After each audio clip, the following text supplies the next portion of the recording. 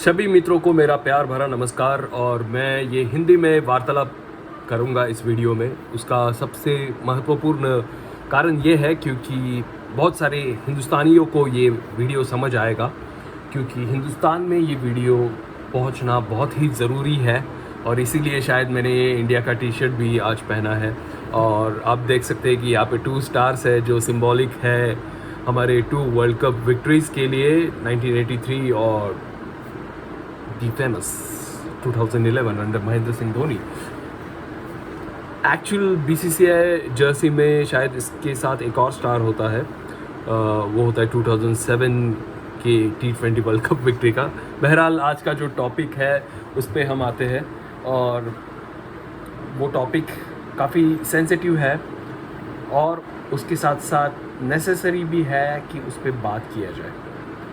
और इसीलिए मैंने आज चूज़ किया कि आज उस पर पुरज़ोर तरीके से बात हो, और ना केवल मैं लेकिन मेरे दोस्त, सारे समाजों के और मेरे आने वाली पीढ़ियाँ भी इस वीडियो को देखें तो उनको मालूम हो कि सही में इतिहास में क्या हुआ है और क्या लोगों तक पहुंचना चाहिए। आज का जो इसे हमने टॉपिक का नाम रखा है ब्राह्मणवाद, सावरकर और रविंद्र कौशिक। तो मैं एक एक चीज़ पे सिलसिलेवार आऊँगा और सिलसिलेवार उन्हीं चीज़ों पे हम बात करेंगे हिस्टोरिकल फैक्ट्स के बेसिस पे। तो इसमें कोई भी ऐसी चीज़ नहीं है जो मेरी खुद की है या मनगढ़ंत है या जिसका कोई एविडेंस नहीं है, उसके बेसिस पे मैं बोल रहा हूँ। तो जो भी हिस्टोरिक एविडेंसेस अवेलेबल है मेरे सामने, तो उन फैक्ट्स के ऊपर मैं आपके सामने कुछ तथ्य रखने जा रहा हूँ और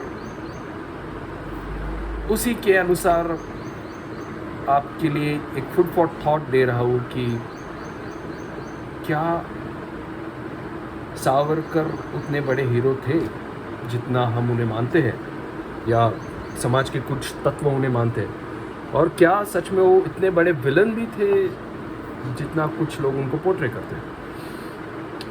वीडियो की शुरुआत में जो लोग मुझे नहीं जानते पर्सनली उनको मैं बता दूं कि मेरा नाम अम्बिल्दोक शंतनु है। करंटली मैं IIM काशीपुर में स्टूडेंट हूँ और उसके साथ साथ मैं एक सेल्स प्रोफेशनल भी हूँ, एक MMA प्रैक्टिशनर भी हूँ। सो मेरी इतिहास में काफ़ी रुचि रही है। कॉम्बैट हिस्ट्री रिसर्चर भी रहा हूँ मैं, और हमेशा मेरा इतिहास में ये रुचि होने का कारण है कि आपके इतिहास से अगर सीखते नहीं हैं, अगर आप आपके पूर्वजों के मिस्टेक्स को रिपीट करेंगे तो इवेंचुअली आप एक बहुत ही गलत चीज़ सेट कर रहे हो। तो वंस अगेन टॉपिक के बारे में बात करते हैं। तो ये रीज़न वीडियो बनाने का एक सबसे बड़ा ये है कि मैं जब मेरे ब्राह्मण दोस्तों को देखता हूँ तो मुझे समझ आता है कि majority of the Brahmins Savarkar ji को बहुत मानते हैं और सावरकर जी के बारे में उनके दिल में काफ़ी ज़्यादा आदर है। और मेजॉरिटी ऑफ द ब्राह्मण्स जो सावरकर जी को मानते हैं वो सावरकर जी को उन्होंने ज़्यादा पढ़ा नहीं है। ये बहुत ही इंटरेस्टिंग फैक्ट है। लेकिन जब मैं सावरकर जी के भक्त या अंधभक्त कह सकते हैं ऐसे लोगों से बातचीत करता हूँ तो मुझे ये बहुत ही अचरज महसूस होता है कि यार उन्होंने तो सावरकर जी को काफ़ी कम पढ़ा है। स्पेशली उनमें से 99% लोगों ने कभी उनका सबसे जो टेररिस्ट लिटरेचर है साहस सोनेरी पाने, मराठी में एक बुक है वो तो पढ़ा ही नहीं होता है। बहरहाल मैं ये भी स्पष्ट कर दूं कि ना तो मैं ब्राह्मणों के खिलाफ़ हूँ, ना मुसलमानों के खिलाफ़ हूँ। हाँ, मैं ब्राह्मणवाद के खिलाफ़ हूँ जो हिंदुओं को कास्ट कास्ट में बांटता है, जो एडवोकेट करता है एक ऐसा मिथ जो मनुवाद ने पूरी सोसाइटी पे डाला है कि ब्राह्मण सबसे श्रेष्ठ है। और मैं इस्लामिक रैडिकल टेररिज्म के खिलाफ हूँ। सो इस्लामिक रैडिकल टेररिज्म ये कोई आज की कॉन्सेप्ट नहीं है, ये सालों से चलता आ रहा है। इस्लाम का जन्म कुछ 6वीं शताब्दी में हुआ, उसकी 7वीं शताब्दी में हुआ, और उसके बाद 8वीं शताब्दी में जब मोहम्मद कासिम ने इंडिया पे या आज के पाकिस्तान पे, जब एंशंट इंडिया उसको बोल सकते हैं, उस पे जब अटैक किया, तब से हम बोल सकते हैं कि इस्लामिक टेररिज्म एग्जिस्ट करता है और उसको इंडिया फेस कर रहा है, ये फैक्ट है। तो मैं ब्राह्मणवाद, इस्लामिक टेररिज्म, इन दोनों के खिलाफ़ हूँ। मैं किसी भी सामाजिक तत्व के खिलाफ़ हूँ जो सामाजिक तत्व भारत के अखंडता के खिलाफ़ है, या भारत के लोगों के गुडविल के खिलाफ़ है, या भारत के लोगों के पीस और right to live a good life, इन चीज़ों के खिलाफ़ जो भी सामाजिक तत्व जा रहा है, चाहे वो किसी भी धर्म या समुदाय का हो, मैं उनके खिलाफ़ हमेशा आवाज़ उठाता हूँ। आप मेरे इंस्टाग्राम पे, आप मेरे फेसबुक पे या ट्विटर पे जाके वो सारी चीज़ें देख सकते हैं। तीनों प्लेटफॉर्म्स पे मेरे अच्छे खासे फॉलोअर्स हैं। सो ऐसे नहीं है कि मैं कोई ग्लोबल सुपरस्टार हूँ, लेकिन अच्छे खासे फॉलोअर्स तो ज़रूर हैं। So coming back to the topic कि ब्राह्मणों ने सावरकर जी को शायद इतना बड़ा क्यों किया है, तो मैं थोड़ी सी इंटरेस्टिंग चीज़ें इसमें डालना चाहता हूँ कि एक कम्युनिटी का जब मैं ऑब्जर्वेशन करता हूँ एज ए कम्युनिटी, ब्राह्मणों ने इस भारत के लिए क्या कंट्रीब्यूट किया है, राइट। तो बहुत ही इंटरेस्टिंग चीज़ें सामने आती है। एक तो जो मोस्ट हिस्टोरियंस जिस पे यकीन करते हैं वो थियरी है कि ब्राह्मण आयरिश है।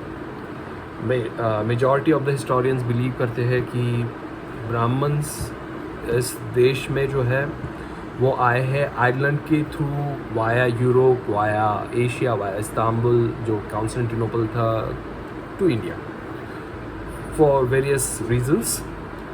एंड यहाँ पे जो द्रविडियन एंशियंट कल्चर था उस पे उन्होंने उनको कॉन्कर करके या उन पे इन्फ्लुएंस डाल के नॉर्दर्न इंडिया में जो पुराने टाइम पे उसको हिंदुस्तान बोलते हैं, आज हम पूरे जो हिंदुस्तान है उसको हिंदुस्तान बोलते हैं, या स्पेशली हम आरएसएस का कॉन्सेप्ट देखें तो हम अखंड भारत को हिंदुस्तान बोल सकते हैं, ब्रिटिश इंडिया। लेकिन एंशिएंट टाइम पे Hindustan was a northern India. South को, जो साउथ इंडिया है इंक्लूडिंग महाराष्ट्र, उसको डेक्कन बोलते थे, दक्कन। सो वो हिंदुस्तान के तौर पे ऐसा कोई रेफरेंस नहीं है कि साउथ इंडिया को भी हिंदुस्तान बोलते। तो हिंदुस्तान में जो है वो ब्राह्मण कम्युनिटी का इन्फ्लुएंस काफ़ी बढ़ गया था बिकॉज ऑफ द फैक्ट कि वो नॉर्थ से आए थे, बिकॉज ऑफ द फैक्ट कि वो पाकिस्तान की तरफ से, आज के पाकिस्तान की तरफ से, जो तब के टाइम पे नॉर्थ वेस्टर्न इंडिया था, तो वहाँ से आके जब वो सेटल हुए अपने टेरिटरी में, majority of the territory was occupied somewhere around Ganga and Yamuna and Sindhu, जिसको आज बीजेपी का काऊ बेल्ट बोलते हैं, क्योंकि वहाँ पे गौ माता को सबसे ज़्यादा तवज्जो दी जाती है और हिंदी भाषा बोली जाती है।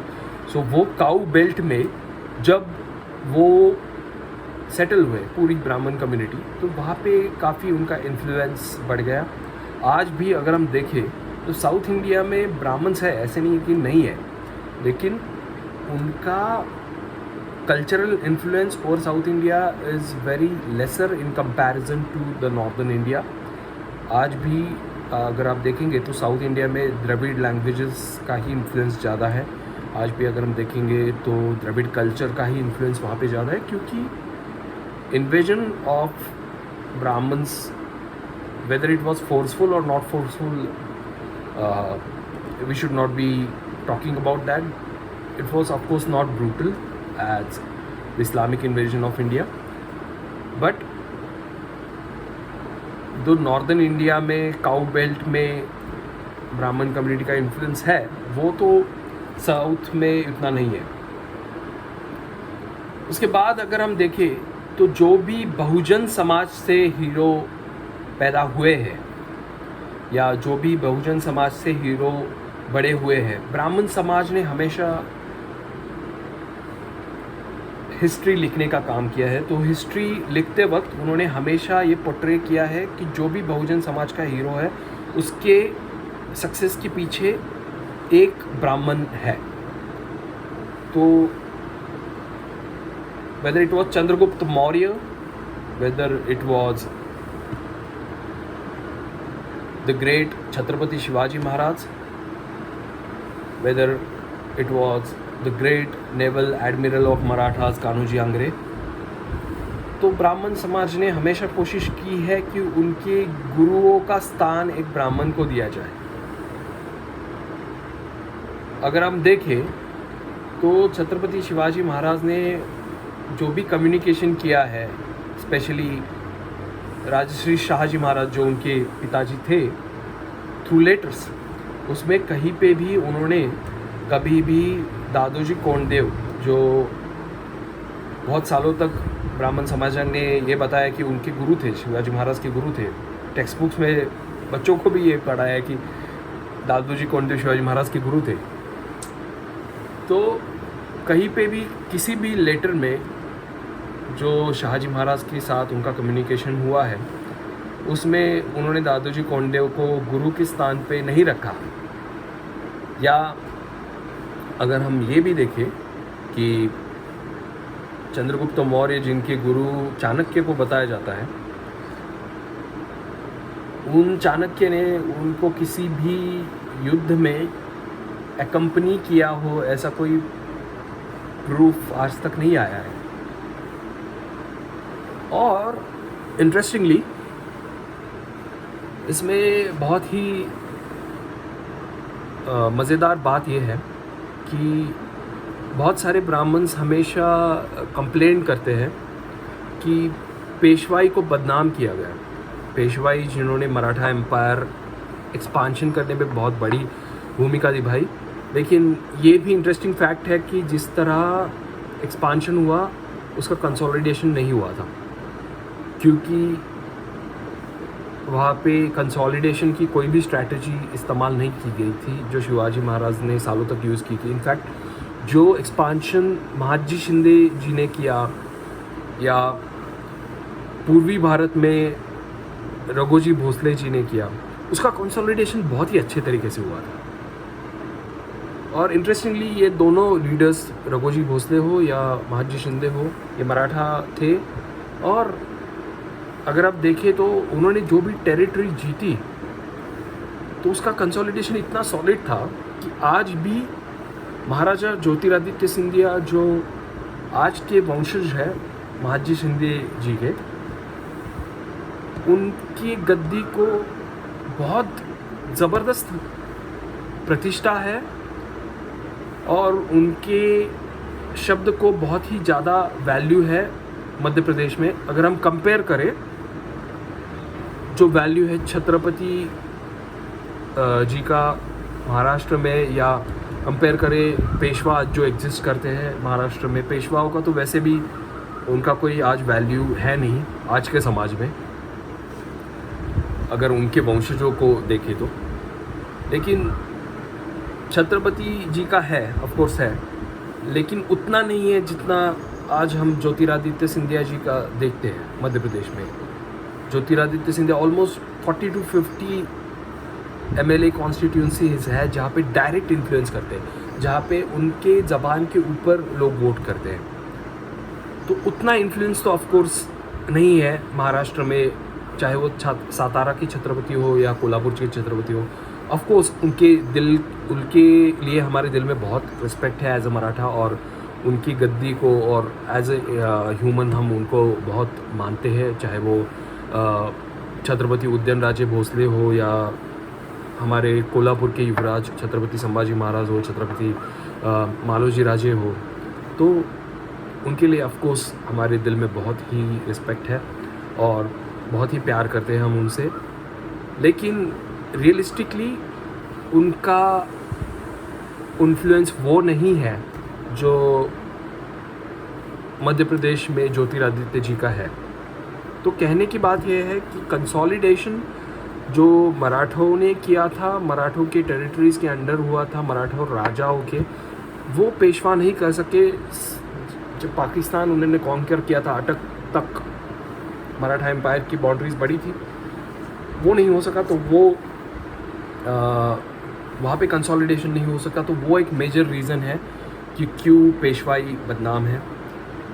दूसरी रीज़न ये है क्यों पेशवाई बदनाम है, उसका सबसे इंटरेस्टिंग पॉइंट है कि देखिए, गवर्नमेंट फंड्स जो पेशवाई के पास थे, जो फंड्स लोगों से टैक्स वसूल करके उन्होंने कलेक्ट किए हुए थे, वो फंड्स उन्होंने उड़ाए ब्राह्मण भोज पे। अगर हम एक्सपेंसेस देखें पेशवाई में, तो लाखों रुपए महीने में, और तब के टाइम में लाखों रुपए वॉज ए ह्यूज थिंग, लाखों रुपए महीने में एक्सपेंस होते थे ब्राह्मण भोज पे, जो डेली होता था पुणे में और जहाँ पे भी पेशवाई स्ट्रॉन्ग थी वहाँ पे। तो वो जो एक्सपेंसेस हुए हैं, जहाँ पे पंच पकवान परोसा जा रहा था ब्राह्मणों को, वो काफ़ी अननेसेसरी था। और उसी ब्राह्मण भोज के वजह से बहुजन समाज जो है, और पेशवाई के टाइम तक तो मुस्लिम भी मराठा एम्पायर में काफ़ी लड़ रहे थे, तो मुस्लिम्स प्लस हिंदू बहुजन समाज काफ़ी नाराज़ हुआ था पेशवाई के खिलाफ। और ये ब्राह्मण भोज ही है ये, और ये ब्राह्मणों के ऊपर किया हुआ एक्सपेंसेस जो है, वही सबसे बड़ा रीज़न है कि क्यों पेशवाई बदनाम हुई। पेशवाओं ने खुद के लिए शनिवार बाड़ा और बहुत आलीशान चीज़ें तैयार करवाई। अगर हम देखें राघोबा दादा पेशवे जो बाजीराव के बेटे थे और काफ़ी बदनाम भी थे उनके रंग रलियों के लिए, तो उन्होंने जो सरकारी फंड्स के इस्तेमाल करके अपने रंग रलियाँ मनाई, स्पेशली राघोबा पेशवे ने, तो वो काफ़ी बड़ा रीज़न था क्यों बहुजन समाज में काफ़ी नाराज़गी थी पेशवाओं के बारे में। और उसी की वजह से हम कह सकते हैं कि वहीं से शुरू हुआ बहुजन वर्सेस ब्राह्मण कॉन्फ्लिक्ट। पहले ऐसे नहीं था कि वो कॉन्फ्लिक्ट नहीं था, लेकिन after the unnecessary expenses of the funds over the unnecessary things like ब्राह्मण भोज, काफ़ी कॉन्फ्लिक्ट्स बढ़ते गए। तो मैं पेशवाई के टाइम से अब आता हूँ कि यार ये सावरकर जी का चीज़ क्या है। मैं आपको बता दूं कि ब्राह्मण कम्युनिटी एक ऐसी वाहिद कम्युनिटी है जिसने इस देश के लिए काफ़ी सैक्रिफाइस किया है, और मैं इनके सैक्रिफाइस को डिनाई नहीं करता। आज भी अगर हम महाराष्ट्र से जो भी कमीशन्ड ऑफिसर निकल रहे हैं डिफेंस में, उसका कास्ट वाइज एनालिसिस देखें तो majority of the commissioned officers जो महाराष्ट्र से निकल के आर्म फोर्सेस में, चाहे वो आर्मी हो, नेवी हो या एयरफोर्स हो, उसमें शामिल हो रहे हैं, वो दो सबसे बड़े कम्युनिटीज़ से निकल रहे हैं, वो एक ब्राह्मण और मराठा। तो देश के प्रति जो ब्राह्मणों के दिल में प्यार है उसको मैं कभी डिनाई नहीं करूँगा। बहरहाल, जैसे मैं बोल रहा हूँ कि इतिहास जो लिखा गया वो मेजॉरिटी ऑफ द ब्राह्मणों के तरफ से ही लिखा गया। मराठा एम्पायर का तो टोटल हिस्ट्री अगर हम देखें तो ग्रैंड डफ का बुक छोड़ दे तो बाकी जो हिस्टोरिकल रेफरेंसेस आपको मिलते हैं वो बखरों से ही मिलते हैं, या शिवभूषण या शिव भारत जैसे ग्रंथों से ही मिलते हैं। और स्पेशली मैं मराठा हिस्ट्री के बारे में इसलिए बोल रहा हूँ क्योंकि आज का जो इंडियन आर्मी का कल्चर है, चाहे वो महिलाओं के ऊपर कोई भी दुष्कर्म ना करना हो, चाहे वो हो बच्चों को उचित सम्मान देना, तो वो सारा कल्चर जो है वो मराठा एम्पायर के तरफ से ही आया हुआ था। तो विजयनगर एम्पायर ऑफ कोर्स उसको फॉलो करता था, लेकिन विजयनगर एम्पायर के गिरने के बाद हिंदुस्तान में हिंदू बचने का कारण या हिंदुइज़्म बचने का सबसे बड़ा कारण जो है वो मराठा एम्पायर ही था। और ये मेरा पर्सनल ओपिनियन नहीं है। कविराज भूषण जो त्रिविक्रमपुर से, उत्तर प्रदेश से आए थे महाराष्ट्र में, उन्होंने अपने एक काव्य पंक्ति में लिखा हुआ है कि शिवाजी ना होता तो सुन्नत होती सबकी। तो ये मेरा ओपिनियन नहीं है। अगर शिवाजी महाराज नहीं होते, अगर मराठा एम्पायर नहीं होता, तो आज हिंदुइज़्म इस देश में ना एग्जिस्ट करता और ना ही कोई और धर्म एग्जिस्ट करता। सारे माने इंडिया तो पाकिस्तान की तरह या इंडोनेशिया की तरह एक इस्लामिक नेशन हो जाता। अभी सावरकर जी के बारे में अगर हम बात करें तो 1910 में उनको अंडमान में जब कैद हुई, तो प्री अंडमान सावरकर और पोस्ट अंडमान सावरकर, उसमें बहुत अंतर है इंटरेस्टिंगली। तो प्री अंडमान सावरकर जो है वो काफ़ी जाज्वल देशभक्त थे, काफ़ी उन्होंने हिंदू मुस्लिम यूनियन के बारे में बात की। उन्होंने एक बुक भी लिखा था जो मैंने बचपन में पढ़ा था। आज भी मेरा ये डेस्क है, यहाँ पे काफ़ी सारे सावरकर जी के बुक्स हैं। तो 1857 का स्वातंत्र समर नाम का उनका एक बुक है, मराठी में उन्होंने ओरिजिनली लिखा था, ट्रांसलेट बाद में अलग अलग भाषाओं में हुआ। तो मराठी में उसका नाम है 1857 से स्वातंत्र समर। बेसिकली उन्होंने उसमें हिंदू मुस्लिम यूनियन के बारे में बात की है। इंटरेस्टिंग है। बेसिकली उन्होंने काफ़ी अच्छी चीज़ें बोली और लिखी भी कविताओं के माध्यम से छत्रपति शिवाजी महाराज के बारे में। इनफैक्ट सावरकर जी के भाई भी जो थे, उन्होंने एक आरती भी रची थी, बाबा राव सावरकर उनका नाम था। तो उन्होंने एक आरती भी रची थी शिवाजी महाराज के ऊपर, जो शायद एकमेव आरती है शिवाजी महाराज के ऊपर लिखी हुई।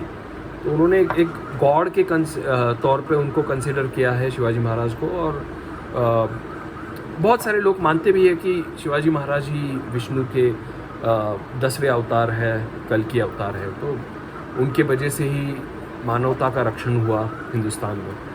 तो ये जो प्री अंडमान सावरकर है, ये काफ़ी डिफरेंट है पोस्ट अंडमान सावरकर से।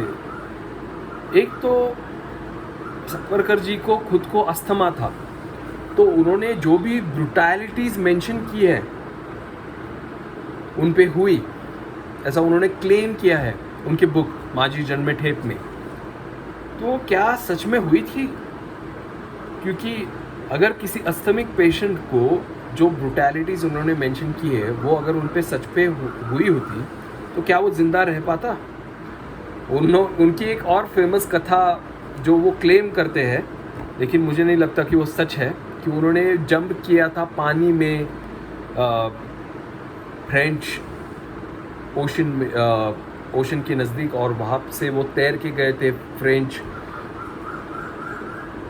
जो बंदरगाह था वहाँ पे नज़दीक में, और वहाँ पे उनको फिर से अरेस्ट किया गया ब्रिटिशों की तरफ से। वो लिखते हैं उस चीज़ के बारे में कि वहाँ पे मादाम कामा ने आके उनके रेस्क्यू के लिए एफर्ट्स किए थे। हालांकि मादाम कामा ने ये चीज़ अपनी ज़िंदगी में नहीं बोली, ना उन्होंने कभी इस चीज़ के बारे में कहीं पे भी जिक्र किया। तो कितना फैक्ट है इसमें, ये तो it's a doubtful thing. Plus कोई अस्थमा जिसको है, हेवी अस्थमा, वो बंदा समंदर तैर करके जा सकता है। The kind of distance he has mentioned that and the kind of distance he claims कि उन्होंने कवर किया, वो तो पॉसिबल है नहीं। मैं खुद एक स्पोर्ट्समैन हूँ, मैं खुद MMA प्रैक्टिशनर हूँ, तो मुझे मालूम है कि एक कार्डियो लिमिट आदमी का कितना होता है, स्पेशली अस्थमिक आदमी का। सो बहरहाल फिर से बात करते हैं कि जब वो अंडमान में थे तो उन्होंने उनके साथ साथ जो भी उनके ख़ास लोग थे उनके लिए, सबके लिए मर्सी पिटीशन तो किया, जो भगत सिंह ने कभी नहीं किया। और उस मर्सी पिटीशन में उन्होंने बहुत ही ज़्यादा गुहार लगाई है ब्रिटिशों के सामने कि वो ब्रिटिश एम्पायर के साथ लॉयल रहेंगे। पोस्ट हिज रेस्क्यू वो ब्रिटिश एम्पायर को हर तरह से मदद करेंगे in their administration of India. और अगर हम देखें उसके बाद उन्होंने जो भी किया है अंडमान से छूटने के बाद, तो वही किया है जो उन्होंने मर्सी पिटीशन में मेंशन किया हुआ है। सावरकर जी ने ऑफकोर्स दलितों को मंदिरों में प्रवेश मिलने के लिए अच्छा काम किया, रत्नागिरी में किया, थोड़ा बहुत रेस्ट ऑफ द महाराष्ट्र में भी किया, उसको मैं मानता हूँ, ऐसा नहीं कि मैं उसको डिनाई कर रहा हूँ। बहरहाल उन्होंने सबसे इंटरेस्टिंग जो चीज़ की वो की कि जब वो बाहर निकले अंडमान से, तब उन्होंने खिलाफत जो मूवमेंट थी उसके खिलाफ लिखने के लिए शुरुआत कर दी, और वो एंटी मुस्लिम लगभग बन गए। शायद उनको कुछ एक्सपीरियंस आए होंगे मुसलमानों के तरफ से जेल में, लेकिन अगर हम देखें तो यही सावरकर जिन्होंने हिंदू महासभा गठित की, अंडमान के बाद हमेशा मुस्लिमों के खिलाफ भाषण किए, तो वही सावरकर जो मुसलमानों के खिलाफ लिखते थे, बोलते थे, वही सावरकर यूनियन करते हैं with Mohammad Ali Jinnah and the Muslim league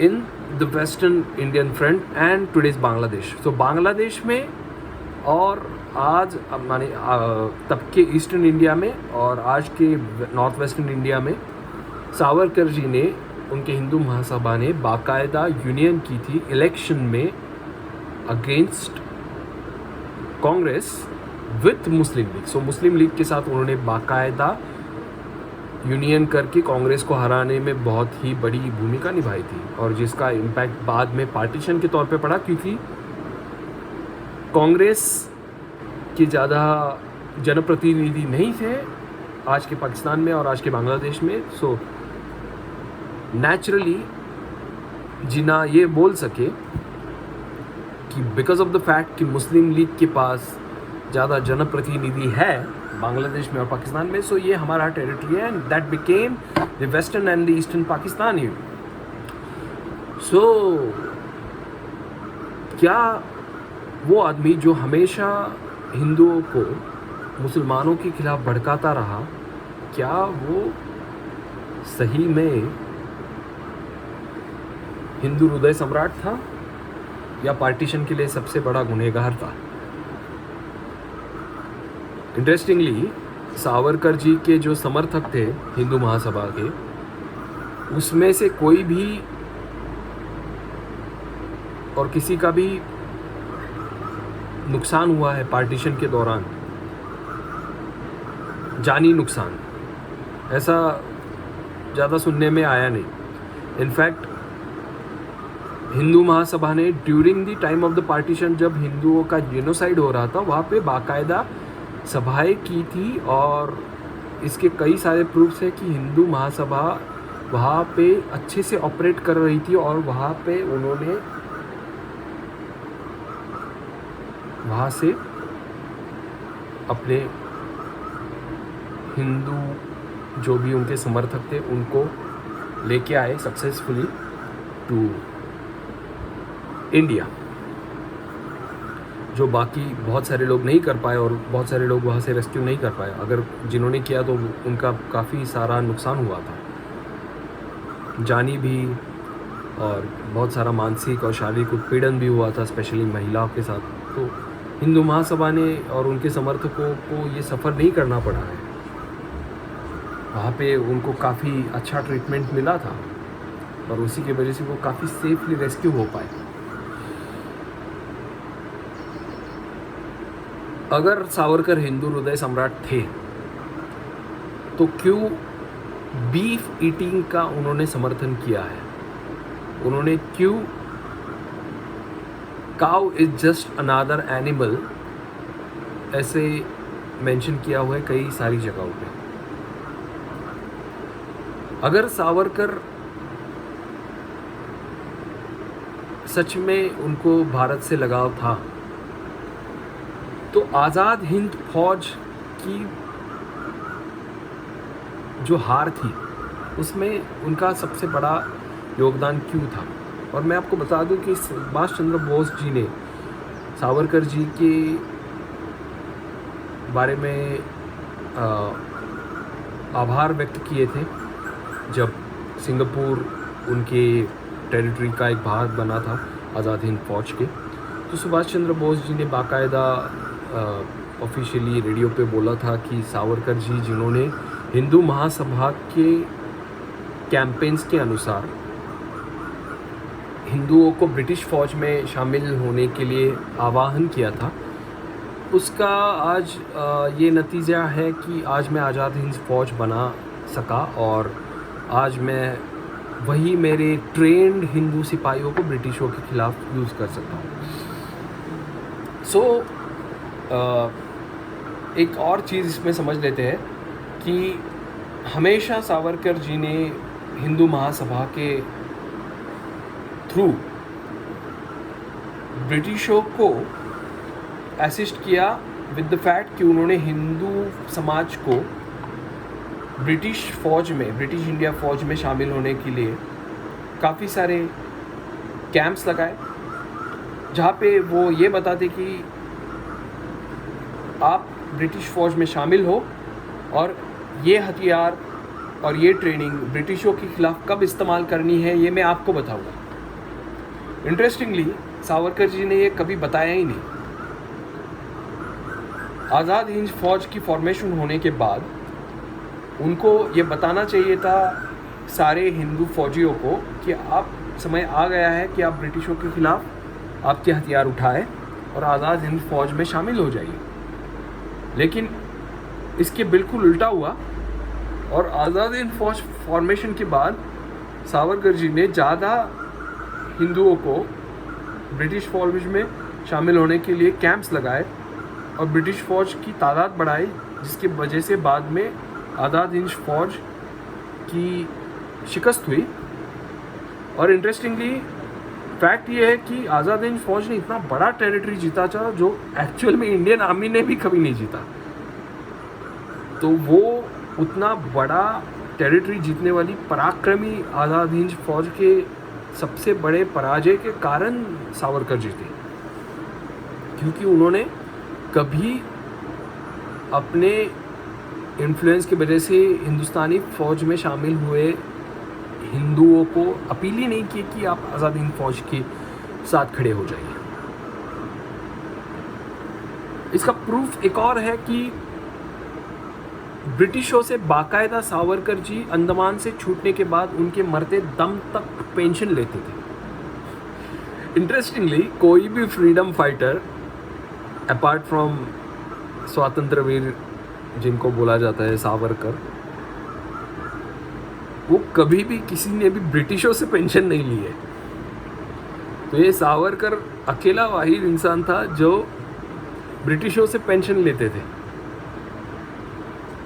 और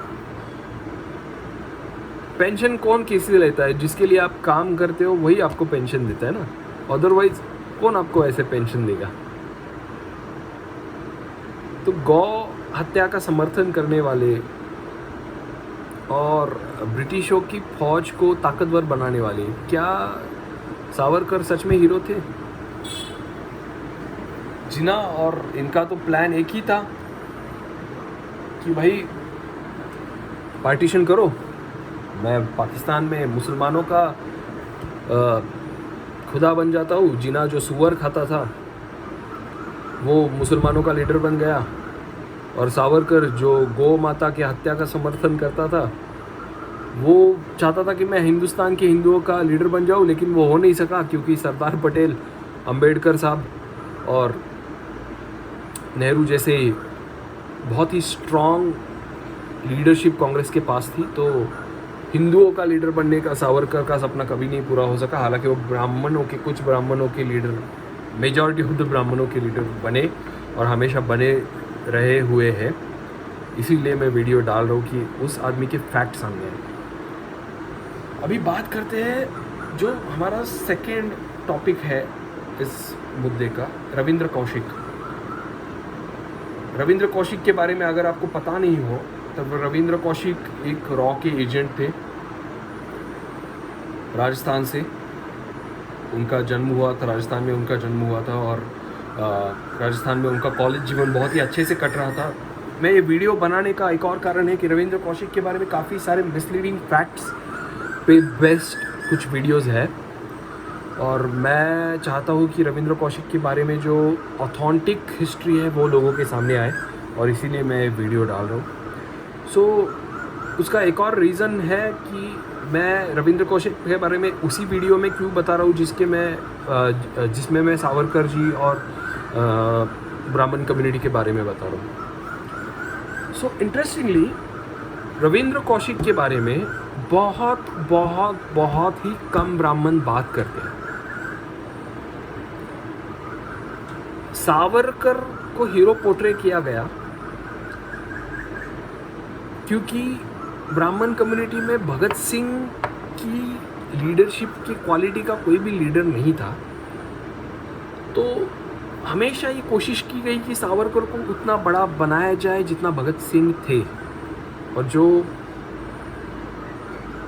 बहुत ही बेवकूफ़ी है क्योंकि भगत सिंह का और सावरकर का कंपैरिजन ही नहीं हो सकता। भगत सिंह ने आखिरी सांस तक हिंदुस्तान की सेवा की है, आखिरी सांस तक उन्होंने सभी कम्युनिटीज़ इकट्ठे काम करें इसलिए कोशिश की है, जो सावरकर ने बिल्कुल नहीं किया।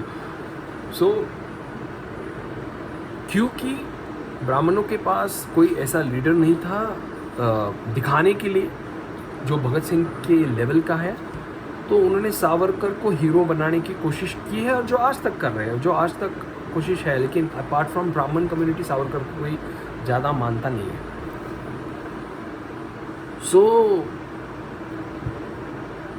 अनफॉर्चुनेट फैक्ट ये है कि हिंदुस्तान का ब्रेवेस्ट बच्चा, जो सबसे हिंदुस्तान का ब्रेव जो संतान हिंदुस्तान में पैदा हुई है वो है रविंद्र कौशिक, जो खुद ब्राह्मण थे। लेकिन क्योंकि आज के जो ब्राह्मण्स हैं वो ज़्यादा पढ़ते लिखते नहीं हैं, वो ये आपको सही में फैक्ट बता दूँ, वो उनके पास डिग्रीज होगी, मास्टर्स भी किया होगा, लेकिन हिस्टोरिकल एविडेंसेस के बारे में बहुत कम मेरे ब्राह्मण दोस्तों को ज्ञान है, क्योंकि उन्होंने कुछ पढ़ा हुआ नहीं होता है। मेजॉरिटी ऑफ द ब्राह्मण जो है आज के समय में एग्जिस्टिंग, तो उनको मालूम नहीं है कि कौन था रविंद्र कौशिक। तो रविंद्र कौशिक के बारे में मैं शॉर्ट में थोड़ा सा बता दूँ आपको कि गंगापुर राजस्थान की गांव से वो बिलोंग करते थे, और वहाँ पे उनका कॉलेज जीवन बीत रहा था। और तब के टाइम पे वो एक थिएट्रिकल एक्ट कर रहे थे जहाँ पे उन्होंने भगत सिंह का रोल किया था अपने कॉलेज में। क्योंकि गंगापुर उनका जो गांव है वो काफ़ी नज़दीक है पाकिस्तान के बॉर्डर से, तो वहाँ पे रॉ एजेंट्स और रॉ के जो भी हमारे रिक्रूटर्स होते हैं उनका हमेशा ध्यान रहता है कि वहाँ से ज़्यादा एजेंट्स या स्पाइज हायर किए जाए, क्योंकि उनकी भाषा जो है राजस्थान के बॉर्डर के लोगों की वो काफ़ी सिमिलर है पाकिस्तान के बॉर्डर के एरिया के लोगों से। तो उन्होंने जब वो भगत सिंह का रोल देखा, रॉ रिक्रूटर्स ने, रिसर्च एंड एनालिसिस विंग, जिनको रॉ क्या है मालूम नहीं, वो भारत की एक स्पाई एजेंसी है, इंटेलिजेंस एजेंसी है। सो उन्होंने रविंद्र कौशिक जी को हायर किया, उनका वो भगत सिंह का रोल देख के, और उन्होंने उनको ऑफ़र किया कि यार बहुत अच्छा रोल आप कर रहे हो, बहुत ही अच्छी बात है, लेकिन क्या आप सही में देश के लिए कुछ करना चाहते हो? क्योंकि आपका पैशन तो हमने देखा थिएटर में, अमेजिंग पैशन है आपके पास, तो आप क्या देश के लिए सही में कुछ करना चाहते हैं? तो हम आपको एक अपॉर्चुनिटी देना चाहते हैं। तो रविंद्र कौशिक के फादर साहब जो थे वे नेवी में कमीशन ऑफिसर के तौर पे रिटायर हुए थे, और वो काफ़ी उनका नाम था, और रविंद्र जी को भी काफ़ी इच्छा थी कि वो देश के लिए कुछ अद्भुत काम करे। तो रविंद्र कौशिक ने वो ऑफ़र एक्सेप्ट की, 2 साल तक बाकायदा ट्रेनिंग ली, उर्दू की, अरेबिक की, इस्लामिक कल्चर की। उसके बाद उन्होंने काफ़ी सारे असाइनमेंट्स रॉ के साथ किए अलग अलग देशों में, छोटे छोटे असाइनमेंट्स, और उनका फिर डिप्लॉयमेंट हुआ पाकिस्तान में। उनके घर वालों को कोई भी उसके बारे में खबर नहीं थी। उनके घर में उनकी बहन थी, उनके भाई थे, छोटे भाई थे, उनके साथ उनके माताजी पिताजी, उनको कोई भी खबर नहीं थी कि वो क्या काम कर रहे हैं रॉ के साथ। और 23 साल तक की उम्र में उन्होंने ये पूरी ट्रेनिंग कंप्लीट की। उनको बाकायदा सारे डॉक्यूमेंट्स प्रोवाइड किए गए रॉ की तरफ से, जो फर्जी डॉक्यूमेंट थे लेकिन इतने अच्छे डॉक्यूमेंट थे कि वो पाकिस्तान में डिटेक्ट नहीं हो पाया कि वो फर्जी थे। तो रविंद्र कौशिक जी को पाकिस्तान भेजा गया। पाकिस्तान में वो एज अ पाकिस्तानी सिटीज़न रहने लगे।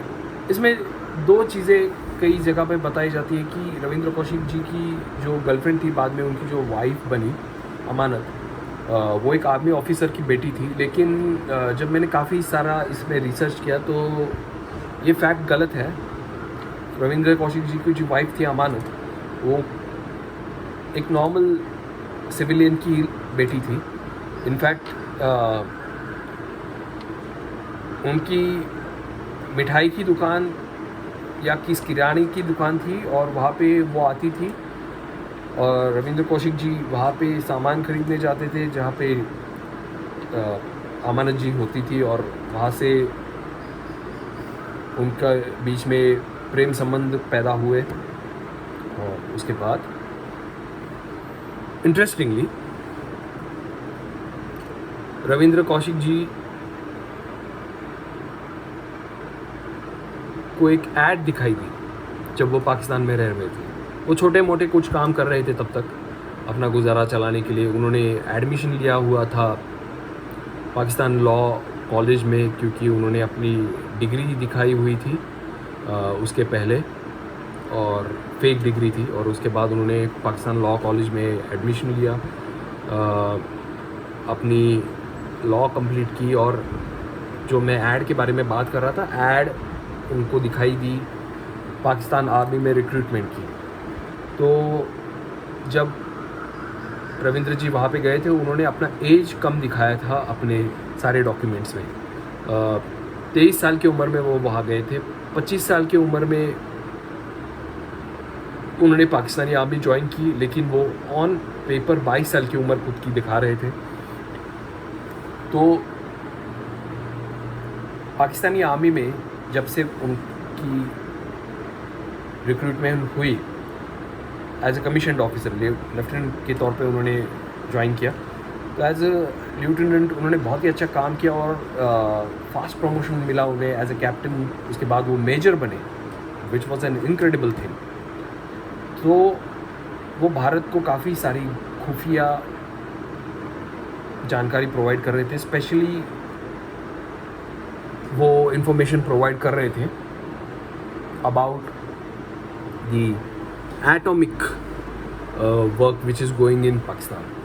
सो वो काफ़ी यूज़फुल इंफॉर्मेशन थी और इंदिरा गांधी खुद पीएम काफ़ी इम्प्रेस थी उनके काम की वजह से। तो इस काम की वजह से जो भी इम्प्रेशन उनका पड़ा स्पेशली पीएम पे, तो पीएम इंदिरा गांधी ने उनको टाइटल दिया ब्लैक टाइगर। जब सलमान खान की मूवी एक था टाइगर रिलीज़ होने वाली थी, तब शायद कई लोगों को लगा था, क्योंकि कबीर खान काफ़ी अच्छे डायरेक्टर है, तो काफ़ी लोगों को लगा था कि ये मूवी शायद रविंद्र कौशिक जी की लाइफ पे बेस्ड है, लेकिन वैसा था नहीं। वो एक फिक्शनल कथा थी।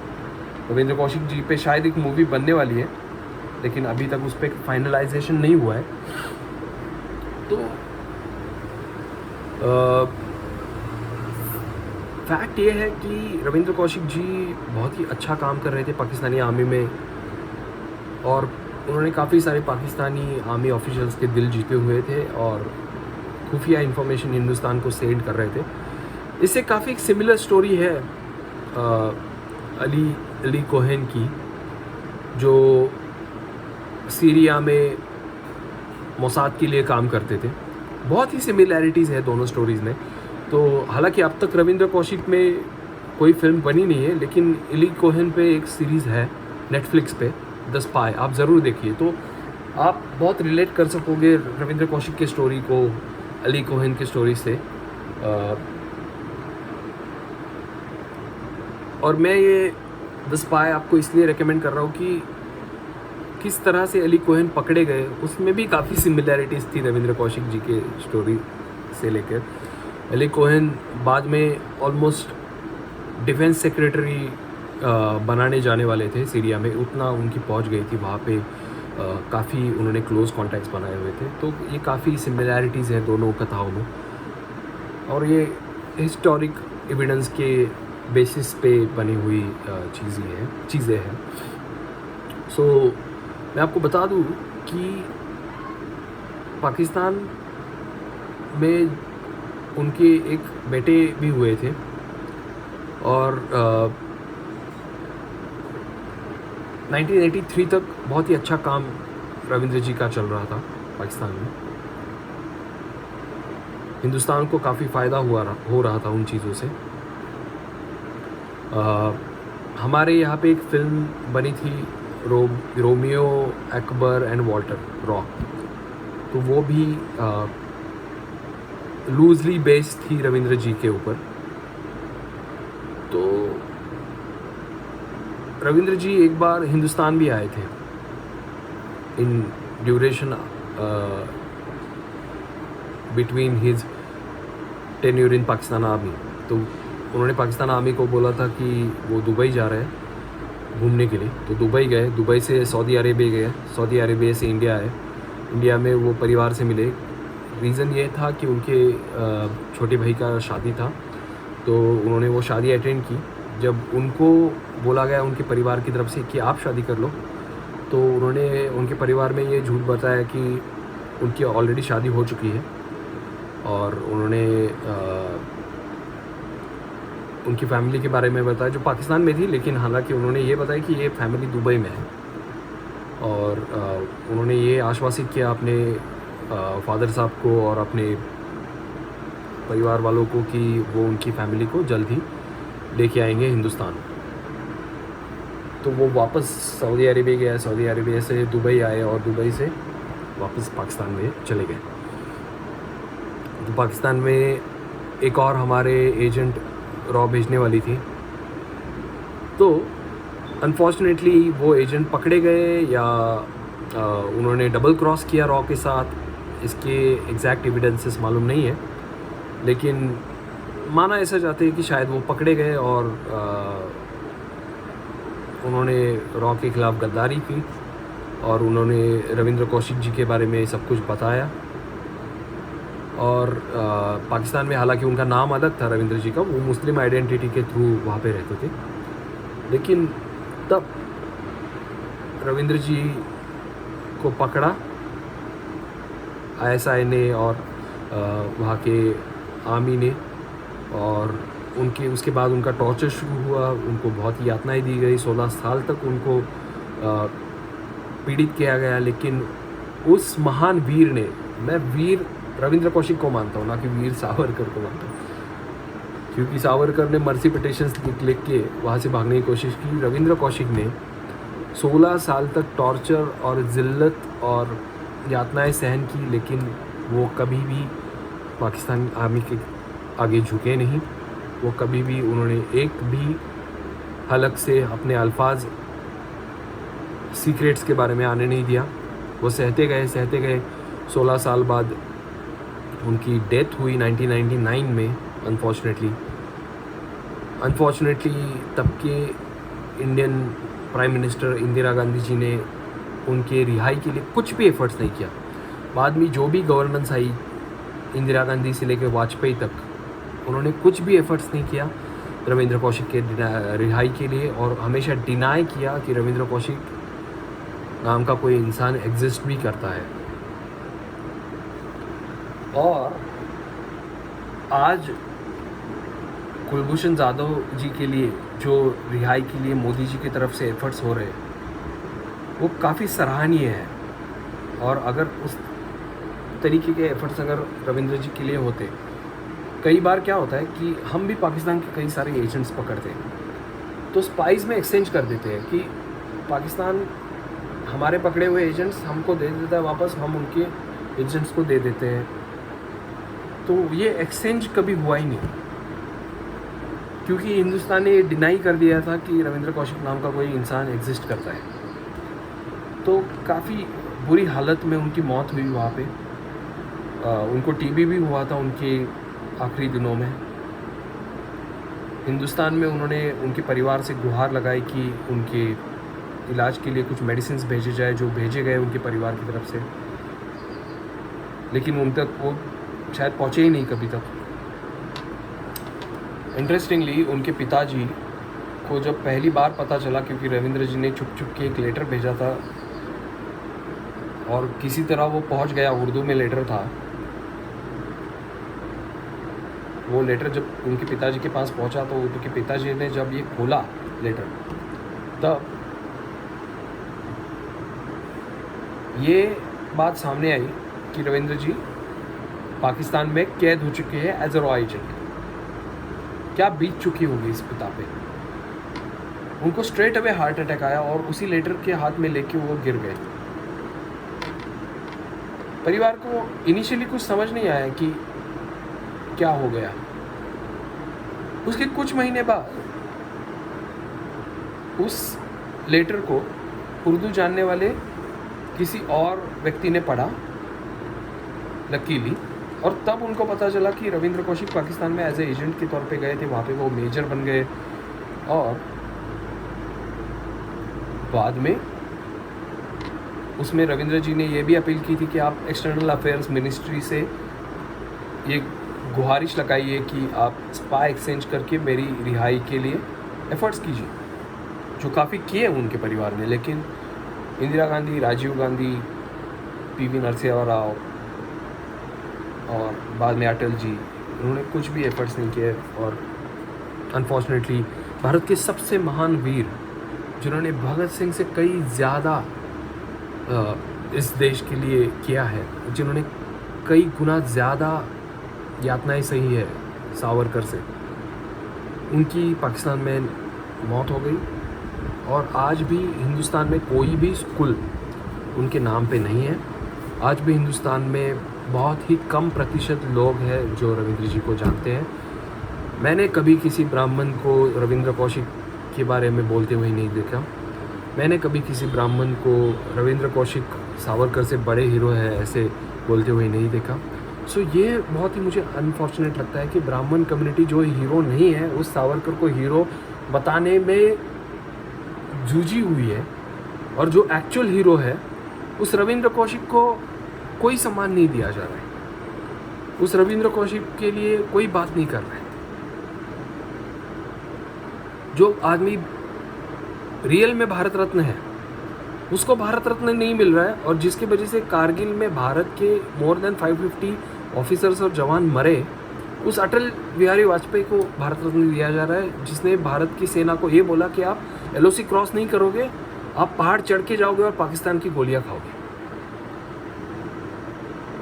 कारगिल हमने टेरिटरी वापस जीती, लेकिन वो हमारी ही टेरिटरी थी जिसको जीतने के लिए हमको 550 से ज़्यादा, मेरे ख्याल से जो ऑफिशियल नंबर है वो 579 है कुछ, तो उतने हमें सैक्रिफाइसेस करने पड़े हमारे ब्रेव ऑफिसर्स के, be it captain Anuj Nayyar, be it captain Vikram Batra, extraordinary brave officers एक पागल आदमी वाजपेयी की वजह से मरे, शहीद हुए, क्योंकि ये आदमी नहीं चाहता था कि इंटरनेशनल तौर पे इसका पीस मेकर के इमेज जो है, इसको नोबेल पीस प्राइज़ जीतने का जो डिटर्मिनेशन था, जो ख्वाहिश थी, वो ख़त्म हो जाए। कंपेयर करें उनको मोदी से, तो ये देख सकते हैं हम कि मोदी जी ने सर्जिकल स्ट्राइक की पाकिस्तान में। मोदी जी ने एक भी अपना जवान नहीं गंवाया।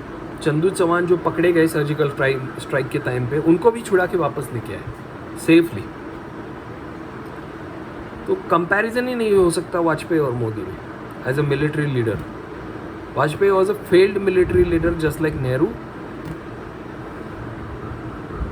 And of course Modi and Indira Gandhi are one of the finest military leaders India ever had. So यही मैं ब्राह्मण अपने दोस्तों को बताना चाहता था कि भाई तुम क्यों नहीं रविंद्र कौशिक के बारे में बात करते, तुम क्यों उस फ्रॉड सावरकर को अभी भी पूछ रहे हो, जो छत्रपति शिवाजी महाराज को उस सावरकर ने गाली दी थी उसके साहस होने पाने में, और मराठा एम्पायर के बारे में उसने काफ़ी अपशब्द बोले हैं क्योंकि वो डाइजेस्ट नहीं कर पा रहा था फैट, और उसने लिखित तौर पे लिखा है कि मैं छत्रपति शिवाजी महाराज को नाकरते बोलता हूँ। नाकरते माने जो कुछ काम के नहीं थे, क्योंकि उन्होंने मुसलमानों पे रेप करने का अलाउंस नहीं दिया मुसलमान औरतों पे, मराठा आर्मी को, और उन्होंने वो कल्याण एक महाराष्ट्र की जगह है जहाँ पे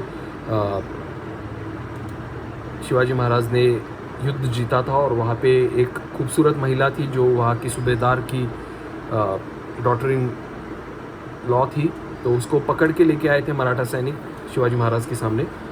तो शिवाजी महाराज बोले थे कि आप मेरी माता समान हो, और ये रेप वगैरह कल्चर हमारे यहाँ पे होता नहीं है, तो आप बाकायदा उनको सम्मानित करके उन्होंने भेज दिया था।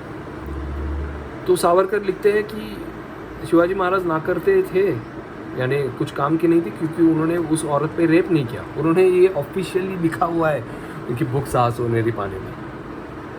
तो ऐसे आदमी को क्यों आप पूछते हो, क्यों ऐसे टेररिस्ट मेंटालिटी को आप प्रमोट कर रहे हो?